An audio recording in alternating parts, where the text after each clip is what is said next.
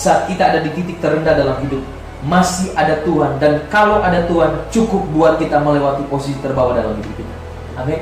Ada Tuhan cukup. Cukup Yesus bersama kita. Cukup kita menghadapi setiap masalah kita. Satu kisah, saudara, bagaimana seorang Nabi Elia pernah mengalami hal yang sama. 1 Raja-Raja 19 ayat 4. Ia sendiri masuk ke padang gurun sehari perjalanan jauhnya, lalu duduk di bawah sebuah pohon ara. Kemudian ia ingin mati, katanya, cukuplah itu. Sekarang ya Tuhan, ambillah nyawaku, sebab aku ini tidak lebih daripada nenek moyangku. Elia ini mau dibunuh oleh Isabel, ya, karena Nabi Elia ini sudah membunuh nabi-nabi Baal. Kalau saudara lihat ilustrasi depan ini, gambar depan ini, satu waktu Nabi Elia berdoa, ya, supaya Tuhan membakar korban persembahannya.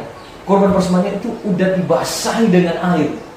Nabi Baal berteriak-teriak, mengiris-iris badan mereka, tetapi Allah mereka, Allah yang palsu, tidak bisa membakar korban bakaran yang mereka persembahkan. Nabi Elia seorang nabi yang dipakai Tuhan luar biasa, tapi satu waktu dia mengalami kelelahan jiwanya. Baru kemarin kita mengalami mujizat, baru kemarin kita mengalami kedahsyatan Tuhan, baru kemarin hamba Tuhan mengalami pelayanan mujizat yang luar biasa.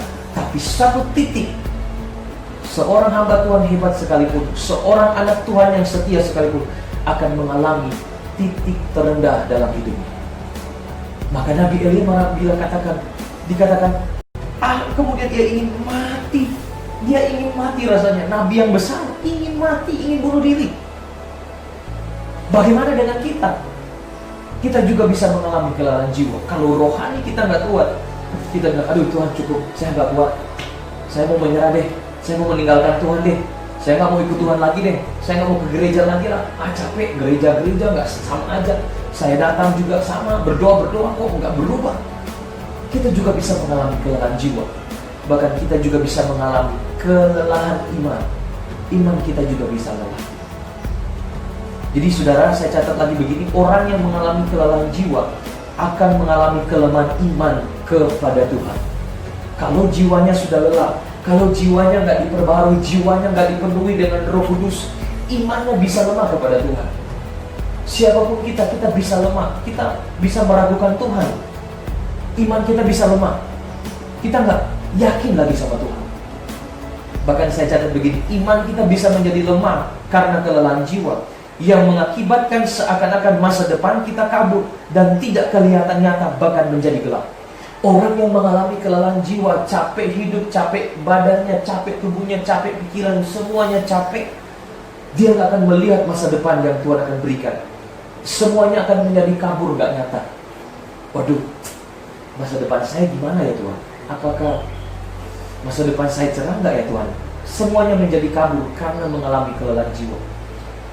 Oleh sebab itu Bapak Saudara, jangan sampai kita mengalami kelelahan jiwa sampai 0%, saudara. Tenaga kita, kerohanian kita bisa sampai 0%. Kalau sudah 30% atau 40% cepat charger. Saya kalau charger handphone saudara, 50-40% itu saya udah charger. Ya, saya tahu karena kalau saya chargernya terlambat bisa merusak dari baterai handphone itu, saudara. Perasaan putus asa, patah semangat, sedih akan membuat kita kesulitan berpikir dan memusatkan perhatian kita hanya pada keadaan yang buruk yang sedang terjadi. Oleh sebab itu Bapak Saudara, jangan sampai kita mengalami kelelahan jiwa, kita sampai patah semangat, sedih, akan membuat kita kesulitan berpikir, bahkan kita hanya memusatkan perhatian pada keadaan kita yang buruk. Bahkan Bapak Saudara, orang yang berbuat dosa pun akan mengalami kelelahan. Sebab orang-orang yang berbuat dosa, dia akan capek. Orang yang sudah sering berbuat dosa, dia akan capek dan dia akan mencari ketenangan, dia akan mencari kelegaan dalam hidupnya. Oleh sebab itu Saudara, firman Tuhan sampai di sini. Mari kita datang kepada Tuhan. Nantikanlah Tuhan.